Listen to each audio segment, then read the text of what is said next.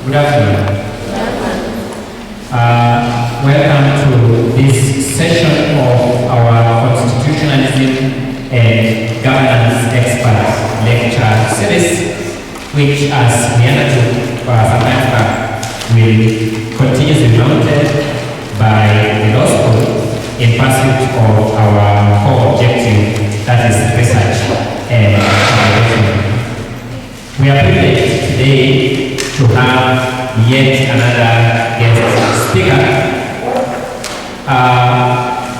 As may have been disclosed to you, Kabarak University Law School has been pursuing a partnership with the International Commission of Jurists Kenyan chapter that is supposed to culminate into more long-term relations and more enduring benefits for both parties, and more importantly for me, for you as students and upcoming lawyers.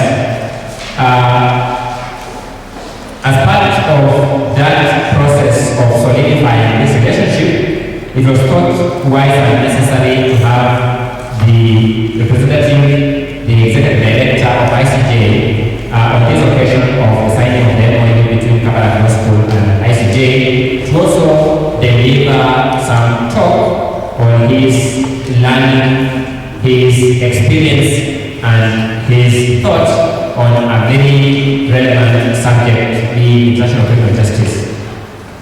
Our guest speaker today is Mr. George Kegoro. Kegoro is the Executive Director of the Kenya section of the International Commission of Jurists. He is an advocate of the High Court of Kenya.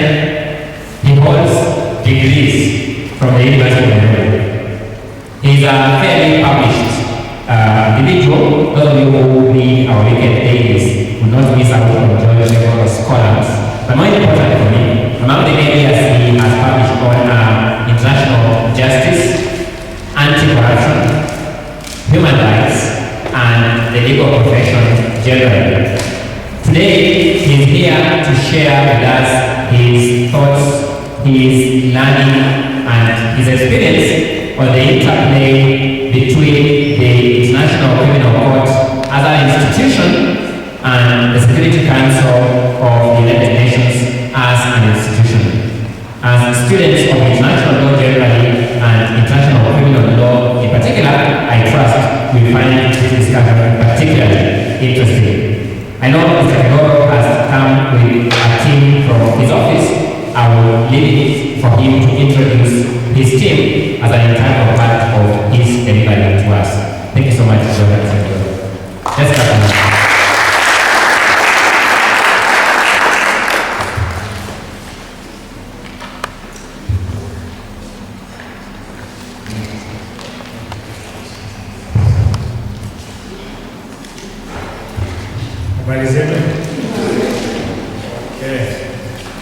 As you've been told, my name is George Kegoro. I'm the Executive Director of the Kenyan section of the International Commission of Jurists. I have not come alone. I have come with two colleagues, Elsie Saina. Elsie, if you stand, please. This is Elsie Saina, comes from not very far from here. She is the Deputy Executive Director of the Kenyan section of the International Commission of Jurists. And Steve Ogola. Steve Ogola is a program officer within the organization. And so I've come to those colleagues because of the seriousness of the relationship that we want to establish with this faculty. Thank you very much, Steve. I would like to say we are very grateful and feel extremely welcome to the school. I salute the relation lawyer. He's a very serious lawyer, and he has established a very strong track record as a practitioner, as an academic, as a commentator, as a leading public opinion maker. And so I feel that this school is very, very privileged to have him as its leader. And we are very privileged also for the fact that he has opened the doors of the school for the relationship that we hope to establish, and which is going to be signified by memorandum of understanding that we hope to sign together. Briefly, the Kenyan section of the International Commission of Jurists was established in 1859, so we are close to 60 years old in Kenya. We support human rights, the rule of law, and democracy. We work in Kenya and we work around the African continent. We have, in the last 7 or 8 years, since the difficulties of the country in the post-election violence of 2007-2008, been involved in the search for answers for the difficult questions that continue to confront us in that regard. We also support judicial reforms and have a long-standing program and a sometimes consultative relationship with the judiciary that helps to provide them with resources that inform the reforms that are going on there. We have a program that supports human rights, basic human rights literacy at the grassroots level. We work in a few places around the country supporting grassroots people, the poorest people in Kenya who often don't have voice, to find ways of relating with the authorities in their immediacy and find ways of collaborating among themselves in order to stand up to what sometimes can be petty injustices and petty degradations that happen against people, especially at the grassroots level. We also have a program that works on and supports democratization in the widest possible definition. The realization being that one of the principal problems that this country has had is because we are getting it wrong when it comes to elections, and it is getting it wrong in elections in part that has contributed to the culture and history of violence that we've had in this country. So that is briefly something about the organization that I work for. I have a paper that I will eventually leave with you here for any possible reference that you want to make after, and that evidences the fact that I was here today.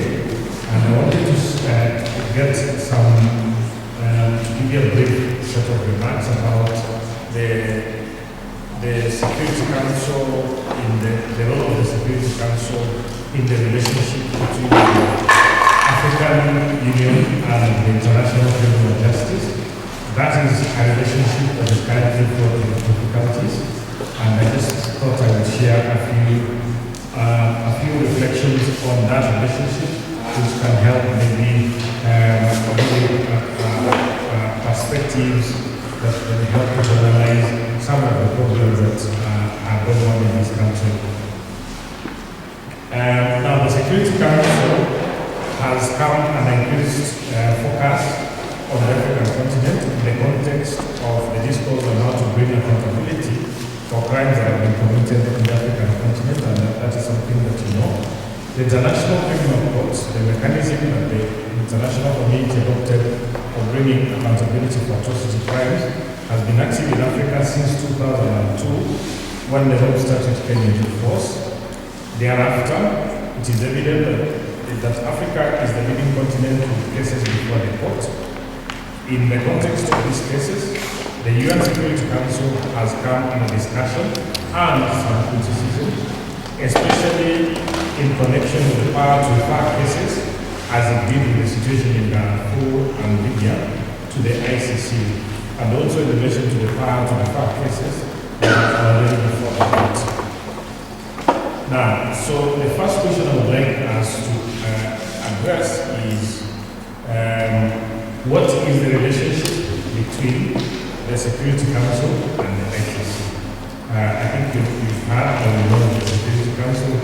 I don't know the levels of knowledge amongst yourselves. Some of you know very many things, some of you don't know very many things, maybe are beginners. So if I pitch it at the level where I assume you know everything, don't get offended, because maybe some people, especially who are beginner students, you're beginning to get into an understanding of these things. So the relationship between the Rome Statute, mean, the relationship between the ICC and the Security Council is partly managed through the Rome Statute, which is the law, which is the statute that establishes the International Criminal Court.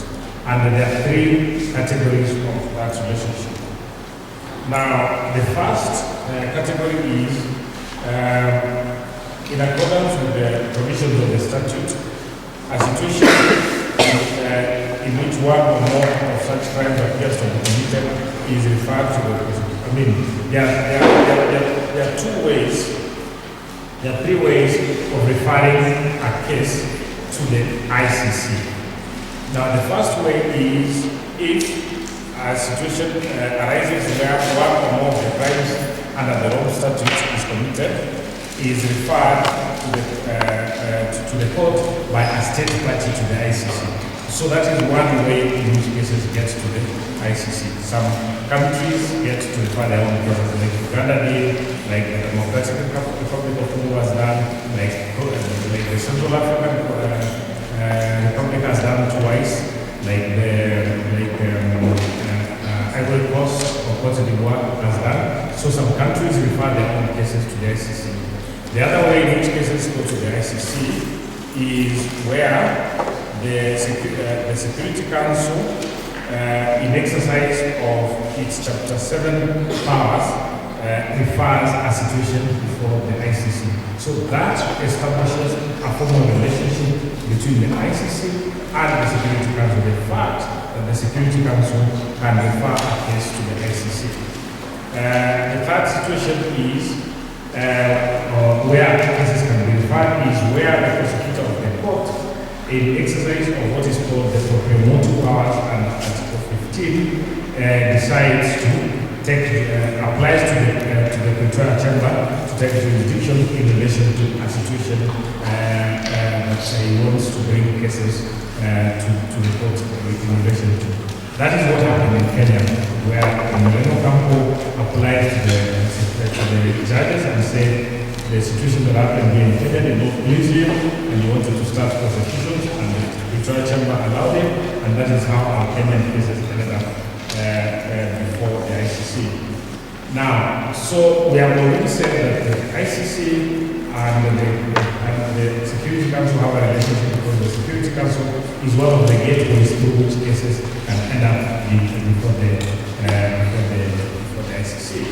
Now, another relationship between the Security Council and the ICC is that under Article 16 of the Rome Statute, the Rome Statute, the Council has power to defer a case or a situation that has been referred to the ICC for a period of 6 months. And Article 16 says, no investigation or prosecution may be commenced or proceeded with under this statute for a period of 12 months after the Security Council in a resolution adopted under Chapter 7 of the Charter has requested the court to that effect. Now, then the Security Council can renew that request. So the Security Council has a capacity to also request for a deferral of a case, whether or not it is a case that it itself referred to the ICC in the first place. The third relationship is based on the confluence of interests between the Security Council and the ICC. Now, for example, the Security Council referred the situation in Darfur to the ICC. And in the resolution, that is Resolution 1593 of 2005, referring the situation to the ICC, the Security Council also resolved that there will be an annual report by the prosecutor of the ICC on the situation in Darfur, that every year she would be required to report to the Security Council to update generally speaking on what was going on in the ground in relation to the ICC, in relation to the Darfur situation. So the prosecutor or the ICC as an institution and the Security Council have got a relationship that is based on a commonality of interest. The Security Council is responsible for peace and security, and because peace and security issues are also affected by justice issues, that establishes a relationship between the two institutions. The next question I would like to ask is, what has been the relationship between Africa and the ICC? Now, the Rome Statute was, of course, negotiated at the Rome Conference. The negotiations that culminated in the Rome Statute happened during the Rome Conference in 1998. And Africa had a large number of delegations that participated in negotiating the Rome Conference, the Rome Statute. So that is where the first relationship happened. The ICC as an institution is not something that was imposed on Africa. It is not something that was imported to Africa. It is something, the creation of which Africa was a strong and important participant in. The other thing to be said is that, as evidence of that, out of the 53 African states, 47 had delegations during the negotiations that led to the Rome Statute. So that is a very large number of African presence during the negotiation of the statute. In addition to African states, African NGOs were very strongly represented during the Rome Conference. Now, secondly, currently, out of the 123 member states of the Rome Statute, 35 are from Africa. Now, if you compare Africa with other regions, it means 35 are from Africa, 19 are from Asia Pacific, 18 from Eastern Europe, 27 from Latin America and Caribbean, and 25 from Western Europe and other states. Now, that means Africa has the largest block of membership in the ICC. Africa has the controlling membership of, in terms of member states to the Rome Statute. Now, the third thing to be said is that a number of Africans occupy significant positions in the ICC, in the court itself. Of course, the most prominent of those positions is that occupied by the prosecutor, the current prosecutor, Fatou Bensouda, who comes from the Gambia. The other thing is that the deputy, the first deputy president of the ICC is African, Justice Joyce Lamothe. She comes from this country. There are other Africans who occupy high offices within the court. Makiso Mochochoko, who is the head of jurisdiction, complementarity and cooperation, and so on and so forth. So that is another relationship that exists between Africa and the ICC. The fourth relationship that is worth of note is all the cases before the court are from Africa. Now there are 9 situations before the ICC. 8 African states, that is Uganda, Democratic Republic of Congo, the Central African Republic, Kenya, Ivory Coast, Cote d'Ivoire, and Mali, have referred situations occurring in their own countries to the ICC. The situation in relation to Darfur and that in relation to Libya have been referred to the ICC by the Security Council. The criticism, and we'll deal with it in some way, is that ICC is targeting Africa because all the 9 situations before the court are from Africa. The fact is all the 9 situations are from Africa. That's a fact, it can't be changed.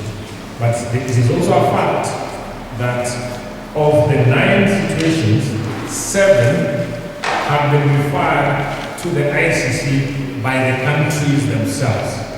So if a country refers its own situation to the ICC, why would that be a problem to anybody? I think that's the question to be asked. Now, so 7, there are 9, 7 have been referred by the countries themselves, of the remaining and the remaining two have been referred by the Security Council. You understand? Because we said the Security Council can also refer. So the Security Council has, in exercise of its Chapter 7 powers, referred situations. So if you've got recognition to something to blame for how Africa feels hard done by, it must be argued that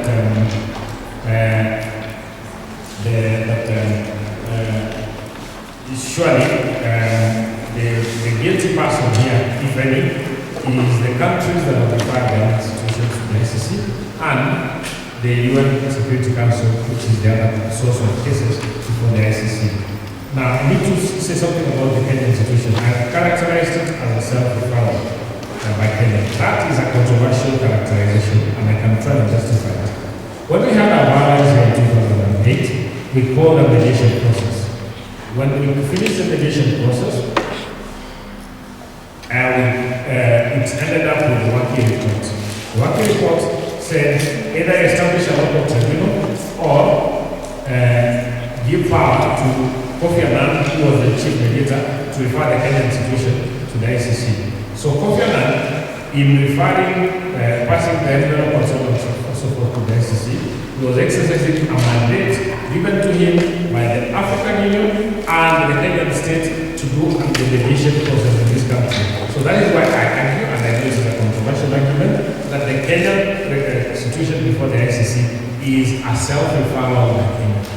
Because Kenya said, you bring us peace, you bring us justice, and the way you bring us justice is either we establish this mechanism or you refer us to the ICC, and we are happy to refer to the ICC. So that is, nobody saying agrees like that, I suspect, but like you are a university, if people think you're unusual, then we should be in a market, not in a university, isn't it? So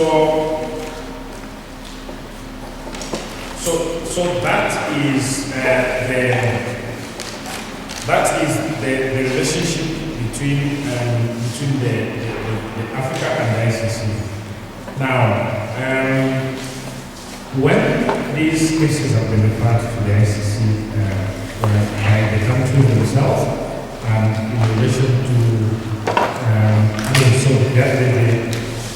the next question that I would like us to examine is how the relationship between the Security Council, the African Union, and the court has played out in relation to the cases that find themselves in court at the moment. Sudan, Darfur, was referred by the Security Council, as we said, in 2009. As soon as that reference was done, Sudan was unhappy by the fact that its president, Omar al-Bashir, had referred, a warrant of arrest had been issued against him in 2009. And immediately that warrant of arrest was issued, Sudan started a process of trying to overcome the adversity that had just hit them. And immediately in 2009, Sudan commenced an approach to the Security Council, requesting the Security Council to exercise its powers under Article 16 to defer the situation for 1 year. So that is 2009. In 2010, which is the following year, late in 2010, the Kenyan 6 accused persons were named publicly. So we got to know who those 66 Kenyans were. Now, when Sudan referred its situation to the Security Council requesting for a deferral, the Security Council ignored Sudan. In 2010, when Kenya's accused were known publicly, Kenya quickly also got the support of first of all, IGAD, then secondly, the African Union, and requested for a deferral of the Kenyan situation for 6 months. Now, so the AU in the summit in January 2011 resolved to support Kenya's application for a deferral of its situation, in addition to having supported the application by Sudan for a deferral of its situation both for 12 months. Sudan argued at the time that because the South Sudan was anticipating a referendum and Bashir was a guarantor of the peace in South Sudan, it was in the interest of peace and security that he should not be prosecuted, because if he was prosecuted, the stability that he provided by leading Sudan would be destabilized, and that would jeopardize the possibility of the referendum. In Kenya's situation, the agreement was that if the prosecutions continue, they would jeopardize the national reconciliation process that had begun after the signing of the mediation agreement in 2008. Now again, the Security Council, the Security Council did not address any of these requests for a deferral. Now, what followed is that in the summits of the African Union, it became evident that the Security Council now started becoming more strident. I mean, the African Union started becoming more strident in the way it resolved to oppose the prosecution of the cases from Sudan and from Kenya.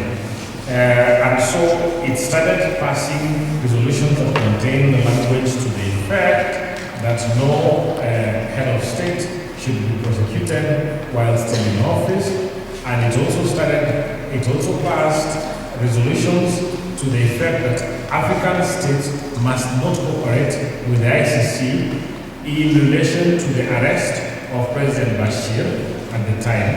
And remember, Uhuru Kenyatta and William Ruto were not president and the deputy president yet. They were hard cases, they were important people in Kenyan society, but they were not president and the deputy president at that time. But so the resolutions tended to be to the effect that don't arrest President Bashir because he's a president, and African states should not cooperate in the arrest of President Bashir. And remember, cooperation is one of the core principles of the Rome Statute. Cooperation is the basis, the whole basis on which the Rome Statute runs, that states, because the court doesn't have its own police, the court doesn't have its own money to do arrests. Cooperation is the basis on which countries then make arrests on behalf of the court and then enforce the court's rules on its behalf, because the court doesn't have its own enforcement mechanism. So these resolutions not to cooperate directly undermine the capacity of the ICC to be effective in the things that it can do. It was an isolated figure in fighting the Security Council through the AU. When the Kenyan cases come, they are also fighting the Security Council through the AU. The two join forces and establish a common platform that helps them to have a united front in getting the AU to castigate the Security Council for not listening to the plea to defer the cases. The paper talks about all the details of the resolutions that have been passed, but the essence of that I've already described, so I will not go into that. The only thing that happens, which is of importance, is what happens here in Kenya in 2013. In 2013, we hold elections, and Jubilee comes to power with Uhuru Kenyatta as president and William Ruto as deputy president. These two are still facing charges at that time before the ICC.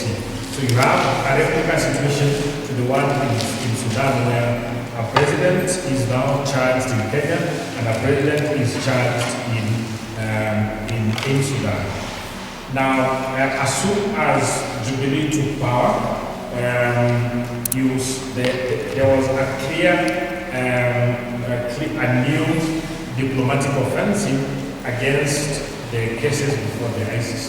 Now, so for example, in May of 2013, Kenya's representative to the UN wrote a strongly worded letter calling for an unconditional, this was a letter to the Security Council. It was copied to the chairperson of the AU Commission, and the letter was calling for an unconditional termination of the cases against President Uhuru Kenyatta and Deputy President William Ruto before the ICC.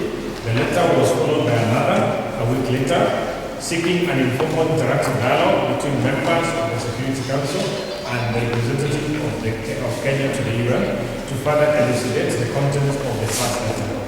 The report indicated that Kenya's first letter was tabled before the Security Council, but there was no agreement on what to do about the letter. In the end, it became clear that members were divided on the Kenyan request, and although it has the support of African members of the Council, Morocco, Togo, and Rwanda, others refused to support it or were not committed. Some of the suggestions made with regard to Kenya's application to terminate the cases was that Kenya should be either referred to the informal working group on international tribunal that concerns that the concerns of the Kenyan delegation should be heard by the Security Council and then referred to the working group on international tribunal if that was deemed necessary, and finally that Kenya should write a letter to the Security Council asking for a meeting or an interactive dialogue. It should not bother us what all those things mean. Those are diplomatic mechanisms that they use out in New York to refer to the types of meetings that they have. They're just meetings. So that they call them interactive dialogue, just meetings. So Kenya accused that in the first of Kenya's cases, Kenya accused the prosecutor of the ICC of bringing charges against Kenya based on claims that have been manufactured. Quoting exactly from the letter, Kenya also alleged that it had been mined that the evidence on which the charges were based could have been procured through inducement or corruption, and that the manner in which the cases are being conducted is neither impartial nor independent. While Kenya pressed on with the request for the termination of its cases, Deputy President William Ruto, who had earlier strongly dissociated himself from the first letter, appeared before the ICC for the first time as Deputy President, where he pledged not only to continue cooperating personally, but also that the Kenya government would cooperate. So Kenya was playing sort of from both ends. The letters are condemnatory of the Security Council, of the ICC, but also they accused himself, Deputy President Tanzania, he said, I am here, I will cooperate, Kenya will also cooperate. So this is what characterized the relationship between Kenya and the court and the organs of international justice. Now, so what followed thereafter is the security is that the African Union held in October 2013 the extraordinary summit that you may have heard about. The top Kenyan leadership attended, President Uhuru Kenyatta attended the summit. This is where he delivered a very strong statement to the effect that the ICC was a pantomime of declining imperial powers, something to the effect that the ICC was involved in race hunting, and something to the effect that the cases against them were witch hunt and could not go on, and so on and so forth. Now, the summit in October 2013 resulted in a resolution that the ICC should not arrest Sadiq African presidents, the person serving heads of state while they're still in office. And the fear ahead of that summit was that if nothing was done about these mounting grievances by Kenya and the African Union, the fear was that there would be a mass walkout from the Rome Statute by the African states that are parties. Remember, there are 23 of them. So if they all walked out, which is what they were, which is what was being feared, that would be a big, massive diplomatic blow to the Rome Statute system. Now, so What followed is that the pressure that had been generated by Kenya resulted in the Security Council for the first time considering Kenya's request for a deferral of its situation. Now, the request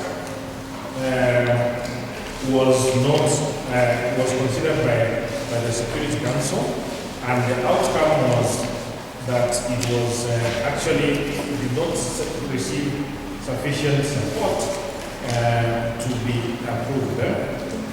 The countries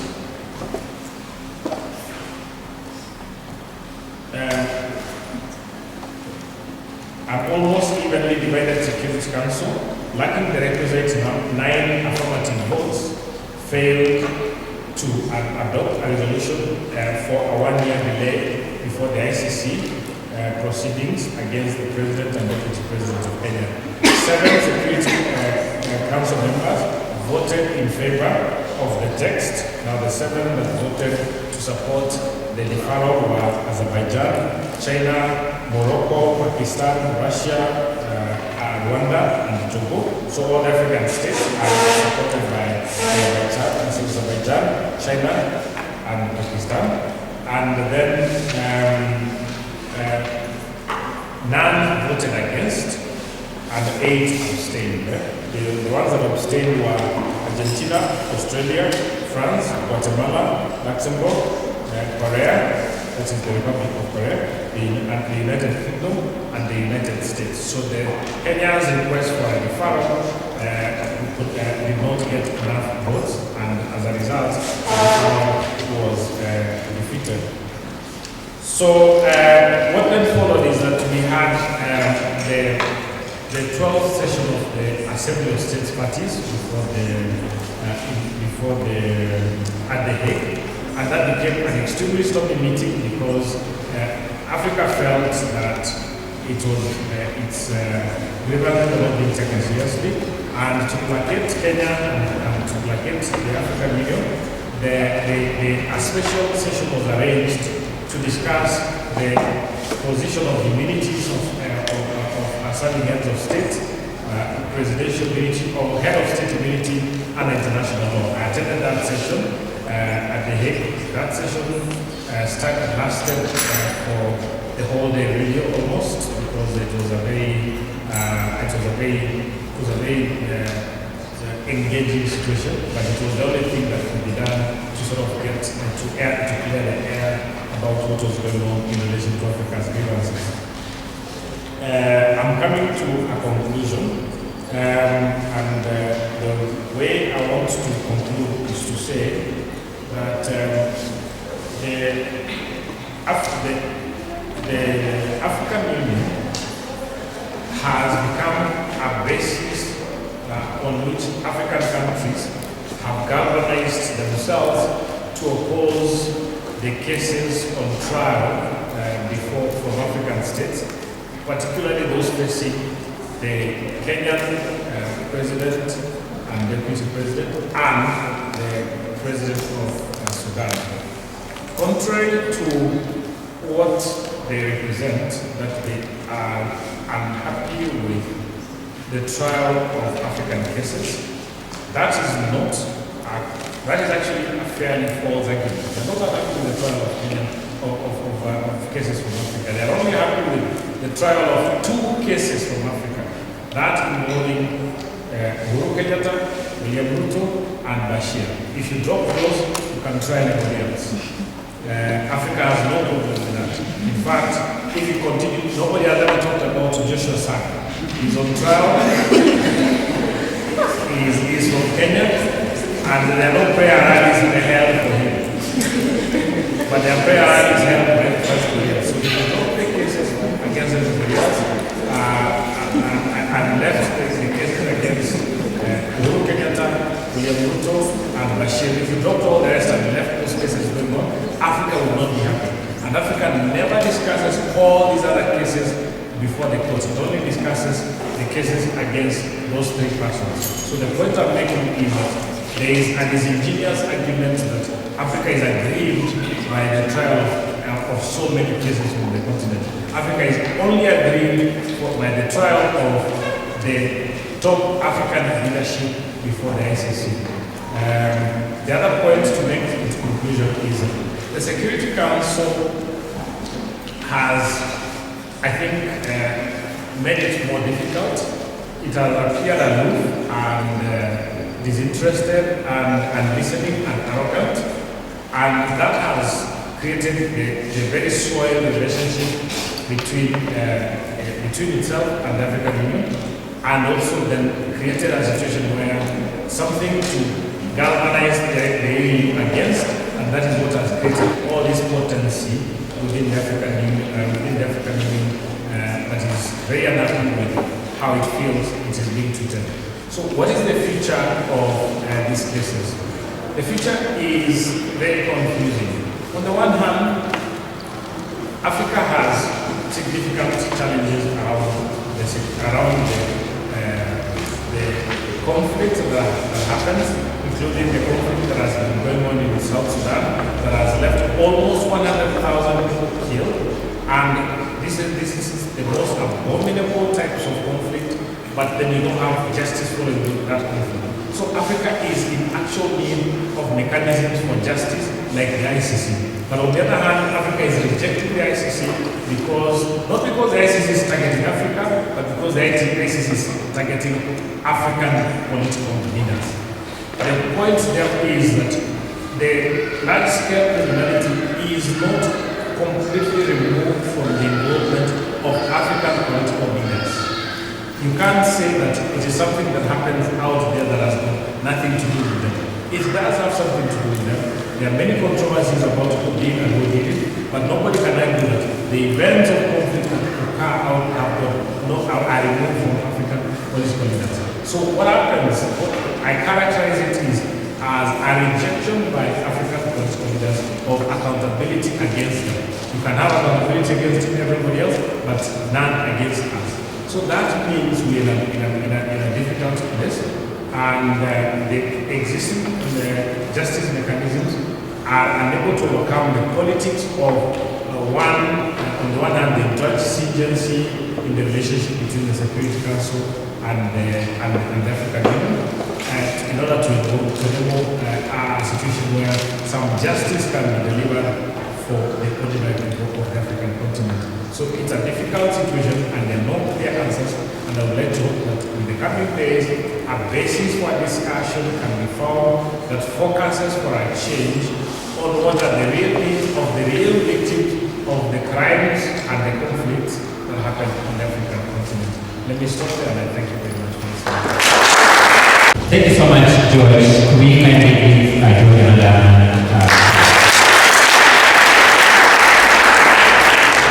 So there it is, a very candid analysis of the International Criminal Court. You have seen perspectives about the normative relationship between the court and the Security Council of the UN. You have seen a very candid discussion between the relationship between Africa as a continent and the ICC founded on actual statistics. And you've seen a very candid analysis of the history, the progress, the nuances in the Kenyan situation before the ICC. We now have to take questions as usual.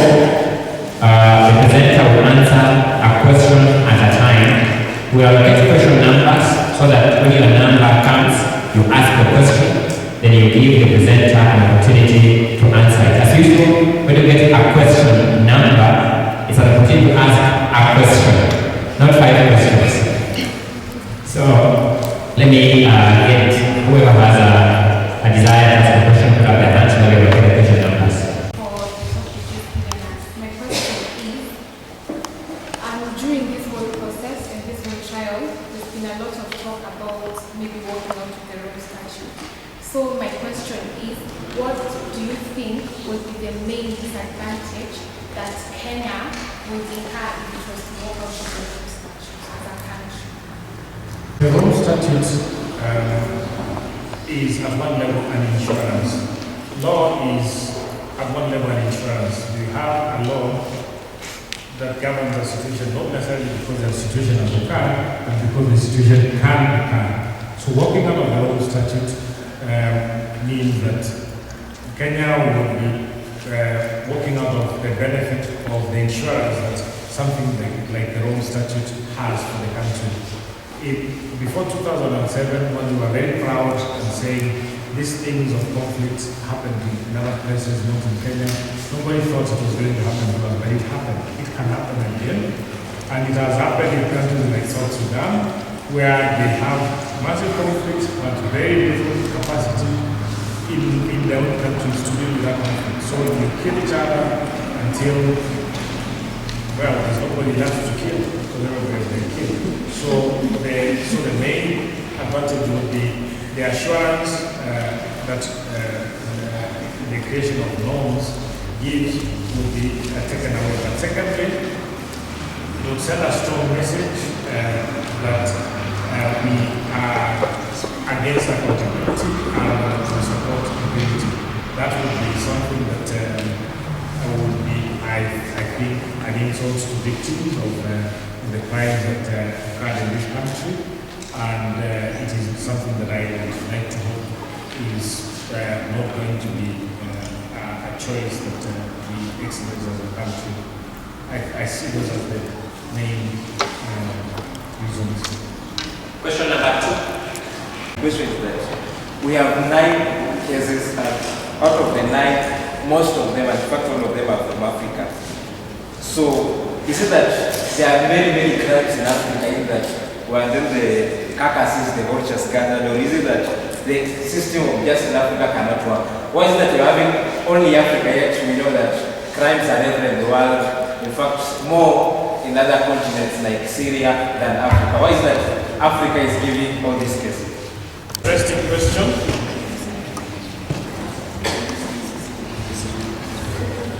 I could, one of the ways to try and answer it is, are there attempts to bring accountability against in cases outside of Africa? The answer is yes. The ICC, the prosecutor, has in the past announced the opening of what you call a preliminary examination. Kenya was at a preliminary examination before the ICC movement. So the preliminary examination is a mechanism that the prosecutor has created. It's not in the Rome Statute. It's not a mechanism in the Rome Statute.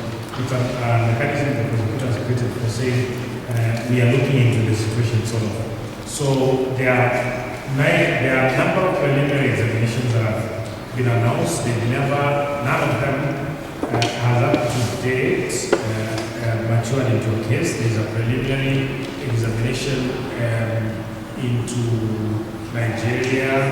There was one into Guinea, those are African continent situations. There was one into Georgia. There was one into Afghanistan. There was one into the Palestinian authorities. There was one into Colombia. There was one into the Ukraine situation. Colombia has remained longest as a preliminary examination country, and that never hasn't been beyond that up to now, partly because when preliminary examination comes, the prosecutor, it gives the prosecutor's office leverage for demanding certain things to be done by the country as a way of avoiding a situation being declared over the country. And in the case of Colombia, the things required of it to avoid an ICC referral, Colombia has been involved in a process of implementing them with a view to avoiding an ICC situation.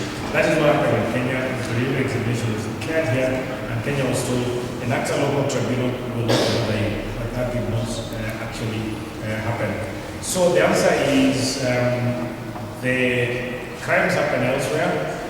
One of the facts, as I demonstrated with those preliminary examination situations, did not mature into full cases, partly because remedial action can be argued to have been taken to avoid an ICC trial.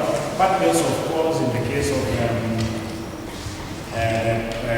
Palestinian authorities, the Palestinian territories, because of the context about statehood that surrounds that situation, but also there is also the protection that is offered by powerful states. The route to refer, say, Israel to the ICC would be through the Security Council, and the Security Council can't, you can't pass a resolution to refer Israel to the ICC. The US won't allow that to happen, just the same way that Russia is not allowing Syria to be referred to the Security Council. So crimes have happened and are continuing to happen elsewhere, but also issues of international politics are responsible for the fact that there has been no further progress of those cases into the ICC. Article 107 of the Rome Statute states that a state is allowed to withdraw from the Rome Statute. So, for example, my question is, for instance, Kenya has decided to withdraw from the Rome Statute, and to my understanding, it takes 1 year for it to be effective. So, what happens if the state decides not to comply, since the ICC does not have an enforcement team? Security, because the ICC has a lot of police. The fact is that because it doesn't got a mechanism for enforcing, the ICC can't come here and arrest anybody. That is why Walter Baraza, against whom an arrest warrant has been issued, has never, he's still here. The only person who can arrest Walter Baraza is Kenya and take him to, it's the Kenya police that can arrest him and take him to the ICC. Or if he leaves this country, he can be arrested by somebody else, another authority out there, and they hand it over. That is a possibility. But his protection is total in this country if the Kenyan state doesn't wants to arrest him.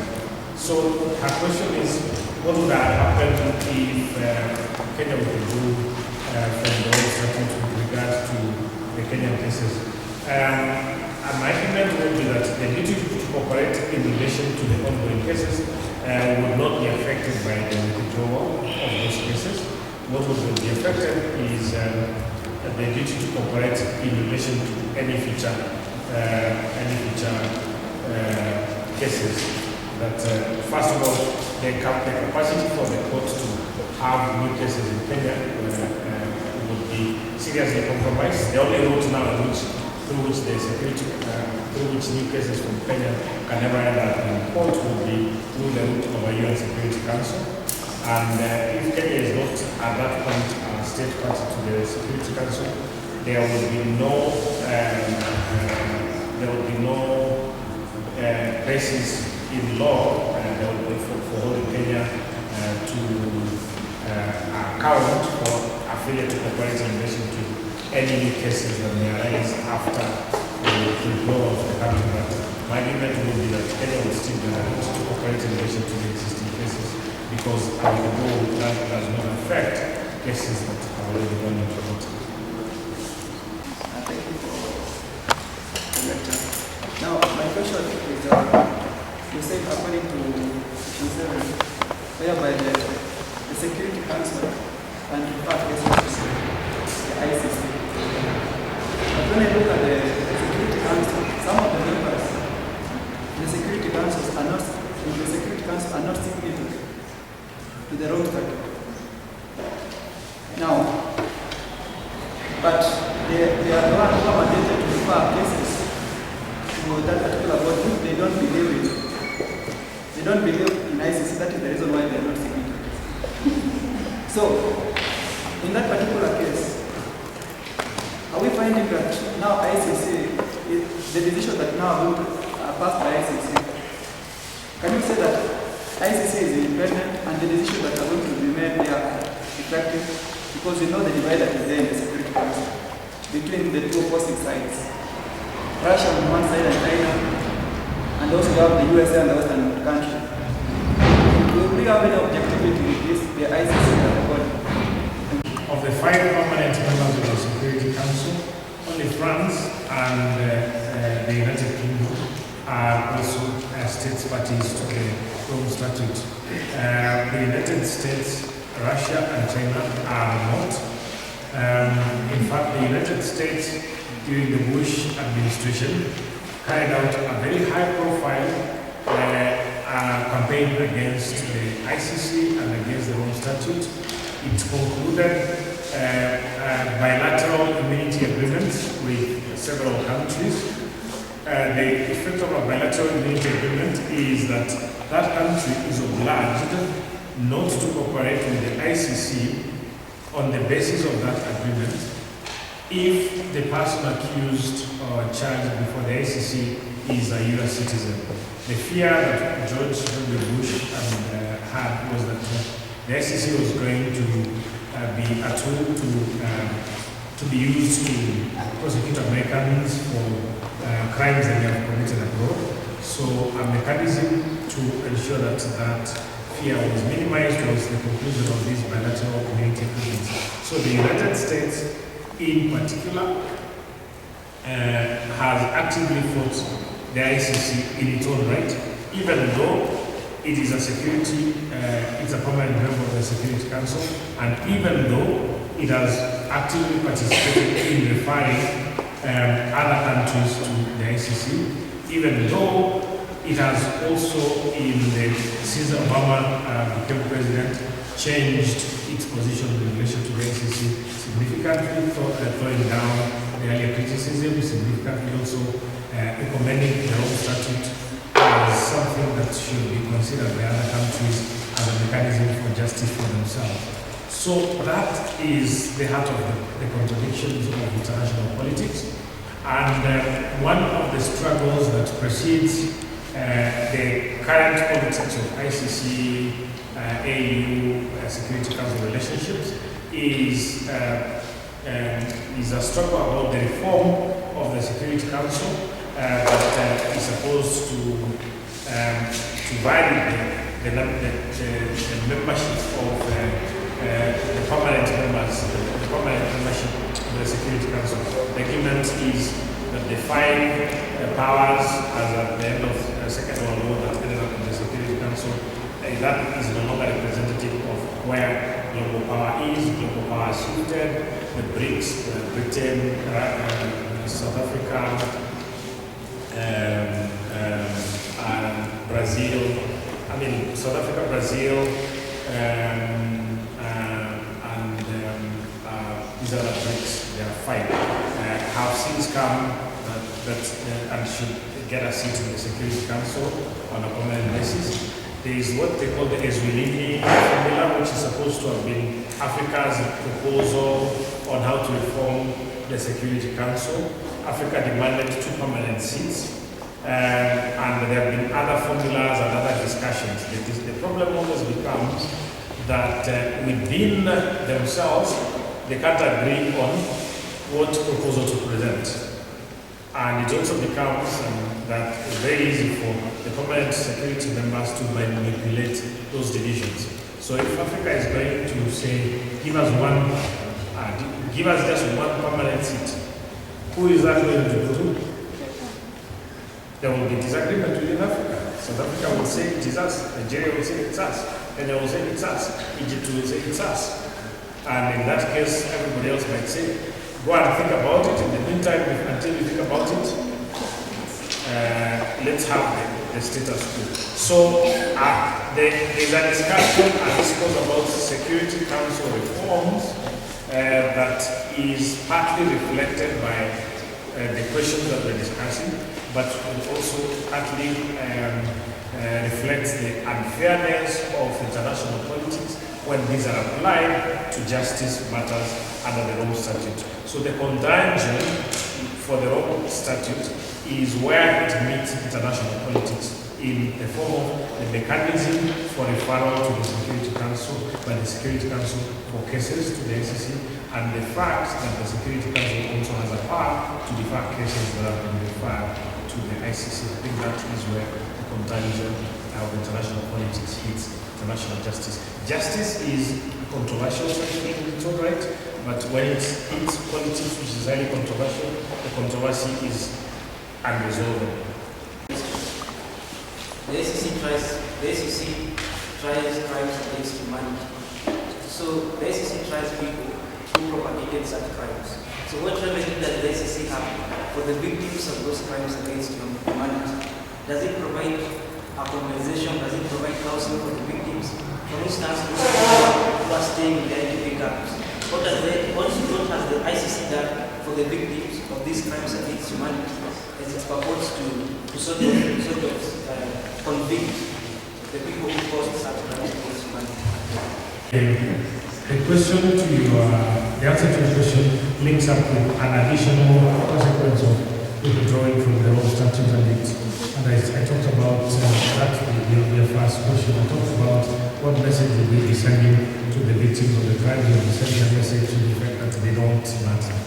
Now, the ICC is supposed to have the Victims Trust Fund, which is the mechanism for giving redress to victims. It is a very complicated thing to talk about in a meeting such as this. But the Victims Trust Fund is supposed to kick into a country irrespective of whether or not there are convictions, and irrespective of whether or not the cases are moving forward. And in the particular case of Kenya, we have had the longest frustration with the trust fund. Peter the Barn, who has the trust fund, was here last year. We met him and asked what is going on in relation to Kenya. Can the trust fund come and do an initial assessment about the situation of victims? And he said there was a long answer that it's very difficult to understand whether it was a yes or no. But I think the understanding is that the trust fund was directed by the judges to prioritize the victims of the situation in the DRC, and I think that is where the capacities that exist was being applied. It remains unclear whether and when the trust fund will ever come and meet and do an assessment in relation to Kenya. It is also the case, and that it's going to be admitted, that Kenya is largely a hostile environment for a mechanism like the trust fund to work. I mean, the top leadership in this country is very hostile to the ICC. It is hostile to victimhood because it denies victimhood, because it is also a way of denying that post-election violence actually happened. If you admit victimhood and victims, you can't do anything for them. I don't think this government has done very much for victims, even if they say that they've done much. So one of the ways to try and manage the fact that you have all these victims who have got unmet expectations is to just sort of say you don't have victims in the first place, and also to sort of be hostile to anybody who could do something about those victims. So it is an extremely frustrating situation.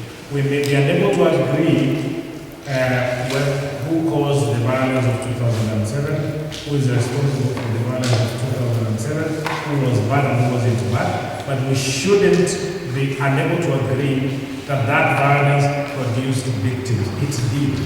You all know them.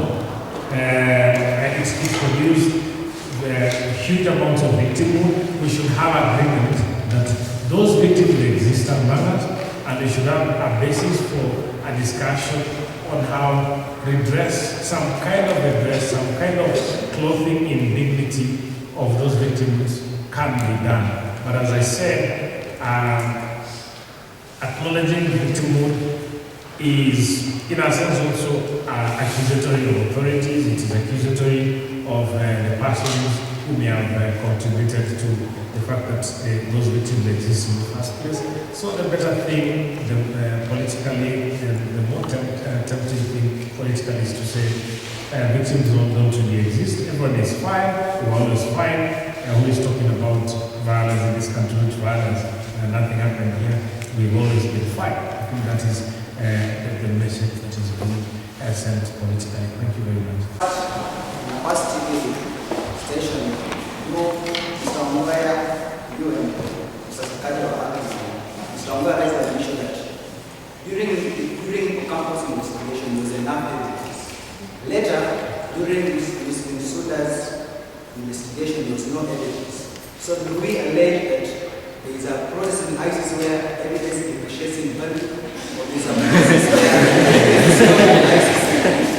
I would like to ask myself, but what I think has happened, the court, as a court, has let us down very badly as a country, and that is not to excuse how we have behaved as a country, but I think the court as a mechanism for justice, it has not been nearly as good to us. It has at every time that is related, Kenya has resolved to fight back against impunity and that kind of thing.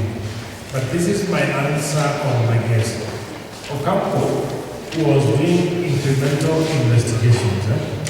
He did an investigation enough to convince the judges, gathered enough evidence to convince the judges that crimes under the jurisdiction of the court have occurred in Kenya, and therefore he should be given the permission of the court to commence an investigation. Once he cleared that hurdle, he started another round of investigation to identify the persons who may have committed those crimes. And when he identified those persons, he named them on the 15th of December 2010. And then and that investigation was enough to do a confirmation of charges for 4 of the 6. Remember, there were 6, 4 were confirmed, 2 were dropped. So the evidence was enough to do a confirmation. Then he started another round of evidence for purposes of the investigation for purposes of trial. Now it seems that round of investigation for purposes of the actual trial, because of the confirmation that happened, it did not materialize in relation to some of the cases, all the difficulties of losing witnesses for whatever reason that those witnesses have been lost. All that is what happened that caused the cases to be in the situation where they are in. And there can be a huge amount of criticism for proceeding like that. And the prosecutor has a new strategy on prosecutions that now says that by the time they are going to court to ask to commence for leave to commence an investigation in relation to prostitution, there will be trial ready, as Bensuda said.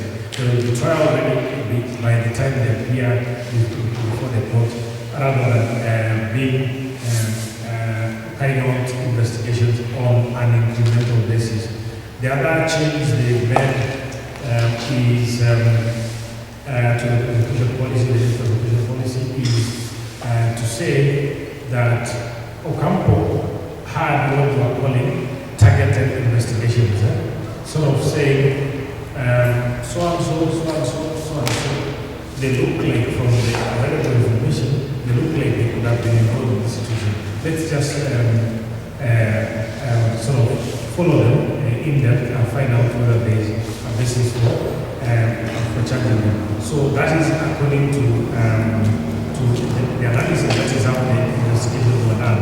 So there is a new way of investigating, which is the strategy is going to process, which is to the effect that it will have blind investigations. It will start an investigation that follows the fact to wherever the post fact will lead, rather than starting creating targets and then trying to find whether there is something to stick against those targets.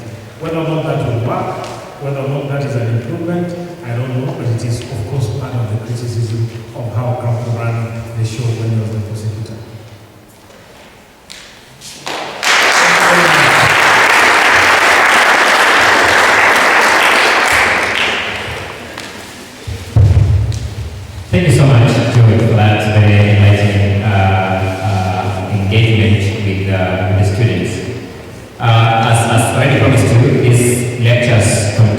be mounted all the way up to November. We will get from the Center for Jurisprudence and Constitutional Studies the usual manner of when the next lecture will be and who the guest presenter will be. As usual, we value your participation in this respect. Just a few housekeeping rules. I think the CUSA leadership will have to mobilize for the return of the gadgets to the administrative office. The class presidents will have to submit the accurate lists of participation in today's event. That is compulsory. By close of business today, I need to get the actual lists of participation in today's event for my purposes. Having said that, let me again assure you that it's the sole purpose of this series of lectures to ensure that you get full value from your presence at Kabbalah Gospel, and I want to encourage you to continue participating in them as you have done as for now. In tandem with protocol, I will request you to remain seated as the guest